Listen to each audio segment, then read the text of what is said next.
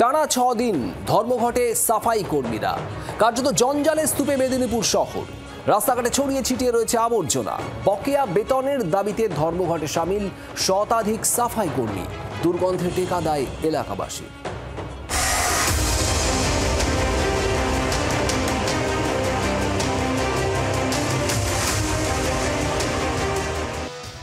চারিদিকে আবর্জনা, উপচে পড়ছে ভ্যাট। দুর্গন্ধের জেরে রাস্তা দিয়ে যেতে গেলে নাক চেপে যেতে হচ্ছে মেদিনীপুর শহরবাসীকে। টানা 6 দিন ধরে আবর্জনার দুর্গন্ধে অতিষ্ঠ স্থানীয় বাসিন্দারা।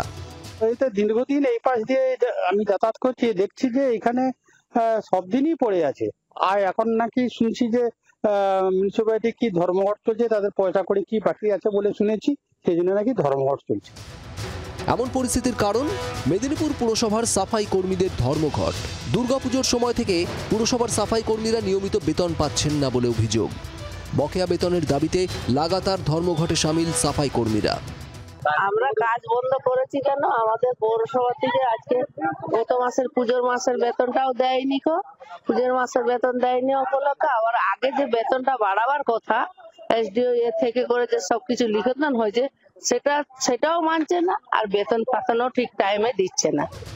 মেদিনীপুর পুরসভা দীর্ঘদিন ধরে অচলাবস্থার মধ্য দিয়ে চলছে বলে অভিযোগ বিরোধী কংগ্রেস কাউন্সিলরের। সাফাই কর্মী নিয়োগেও অনিয়ম হয়েছে বলে দাবি তাঁর। এর জন্য মূলত যারা পৌর প্রশাসক পদে আছেন তারাই দায়ী। কারণ 2022 সাল থেকে এই বোর্ড চালু হয়েছিল। 2025 সালে 3 বছরে 1100 কর্মী নিয়োগ হয়েছে এবং এই কর্মীগুলো অবৈধ উপায়ে নিয়োগ হয়েছে। সাফাই কর্মীদের বেতনের সমস্যা রয়েছে বলে স্বীকার করলেন পুরসভার চেয়ারম্যান। শহরাঞ্চলে যেখানে পৌরসভা আছে সেখানে আমাদের নিজেদের ইনকাম থেকে পেনশনারদের পেনশন দিতে হয়, যার ফলে আমাদের একটু দেরি হয়। আজ পর্যন্ত আমরা যে দিতে পারিনি তা নয়, হয়তো যেটা 7 তারিখের মধ্যে দেওয়ার কথা ছিল সেটা হয়তো 10 তারিখ হয়েছে কি 12 তারিখ হয়েছে।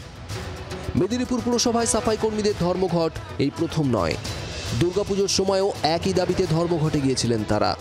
তখন আশ্বাস পেয়ে ধর্মঘট তুলে নিয়েছিলেন, কিন্তু এবার শেষ দেখে ছাড়তে চান সাফাই কর্মীরা। প্রশ্ন উঠছে, মেদিনীপুর পুরসভার কি হাঁড়ির হাল? বেতন দেওয়ার ক্ষমতা নেই? নিয়মিত কর দিয়েও কেন রাস্তায় নাক চেপে হাঁটতে হবে পুর বাসিন্দাদের?